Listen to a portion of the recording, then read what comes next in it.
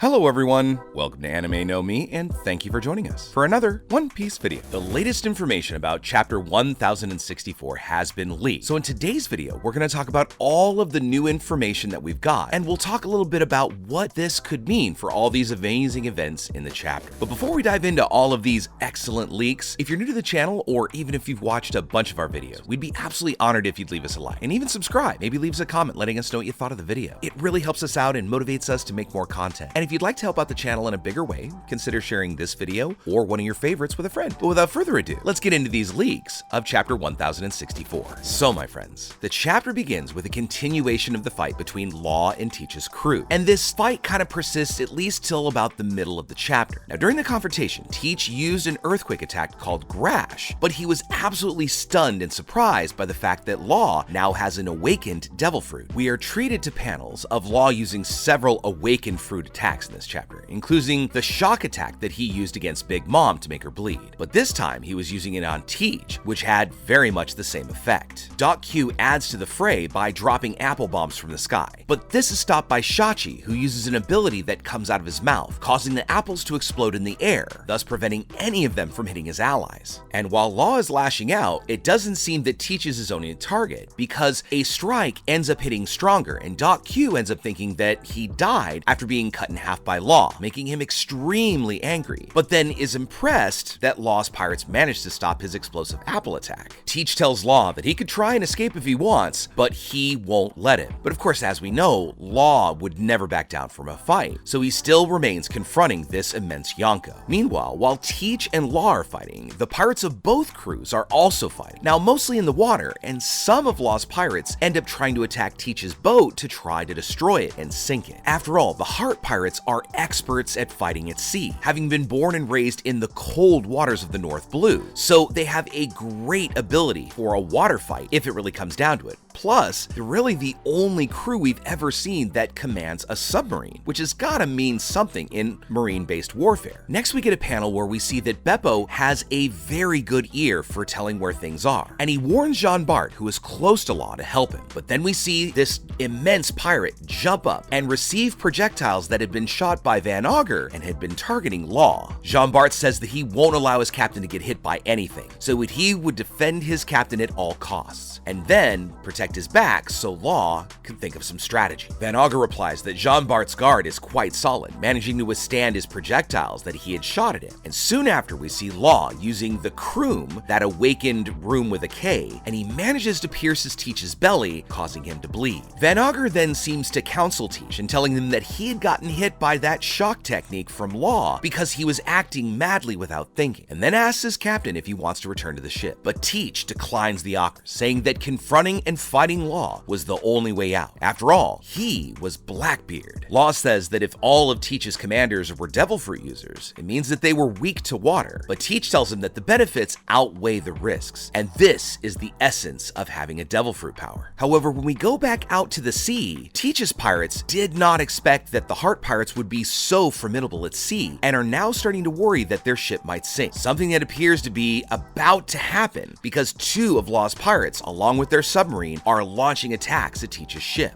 We see that inside the ship there are other pirates and one person trapped. This person is, of course, Pudding, who was kidnapped by Van Augur and Aokiji during the invasion of Totoland, something that appears on the cover page of this chapter. Pudding tells the Blackbeard pirates that Big Mom is watching over her, and if she were still alive, they would never speak again. And the pirates burst out laughing, saying that they were right now literally fighting the guy who took Big Mom's life. Another pirate warns her, saying if she keeps clinging on to these ancient legends like this, she won't make it in the next age to come. But then we see Pudding's face give a wicked kind of smile, showing her 3 eyes. The scene then switches back quickly to a brief exchange between Law and Teach. Now Law extends his sword with the Kroom technique, but Teach intercepts it with the power of the Guruguru no Mi, using an attack called Black Water. Next, the panels then switch to a marine base where we see Akainu sitting inside, and he says that they should wait to see what happens with the battle between Law and Teach speech before acting, but that being also a fleet admiral is a very frustrating job. This is because of the simple fact that he can never now act the way he wants. Because of course, if he were an admiral, he would already be at this confrontation taking down the pirates. But as fleet admiral, his obligation was to guide his subordinates always in the right direction. The scene changes again, and we now see Luffy and his companions who had gotten into that brawl with the pacifista. But the pacifista stops moving and stops looking for Luffy and the rest of the crew because they had changed their appearance. This is also helped by the fact that Bonney had changed the age of all of them. So now she was a child, Jinbei was a child, Chopper was old just like Luffy, and Jinbei starts to say that Kuma was known as an evil king in the kingdom of Sorbet.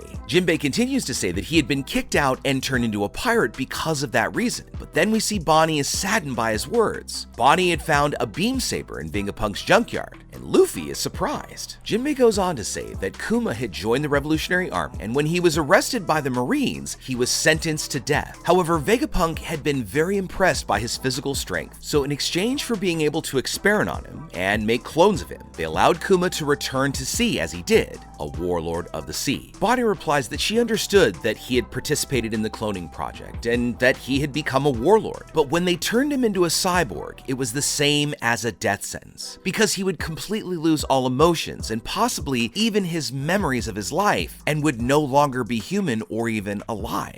Bonney says that her father was never a tyrant and that he had hated the world government, saying that there was no way her father would ever work with them, that they must have forced him in some way that she just hasn't learned about yet. Bonney goes on to say that Kuma had told her that he belonged to a very special race, but that's no reason for them to use him as a guinea pig for experiments, and Luffy agrees with her, while Chopper wonders what special race Kuma belonged to. The scene next changes to the other part of the Straw Hat crew on the Thousand Sunny. Now they have their ship in the hand of the giant robot that had saved them from the robotic shark, and they're being taken to a large structure in the shape of a broken egg that is located on the top of the island where Luffy is. Vegapunk Lilith says that the Vega Force 1 uses the engine on its back as a thruster and an anti-gravity device to fly. Franky goes nuts seeing the amazing technology that the robot had because of Vegapunk. Lilith further explains that Vega Force 1 only works on Egghead because of its special atmospheric conditions, which are suitable for the perfect use of this giant robot that they were riding on. But her real objective was to make this robot viable anywhere in the world, allowing the use of Vega Force 1 in the place that Lilith wanted without suffering any malfunctions. We then see above the clouds the Egghead laboratory called Lab Phase.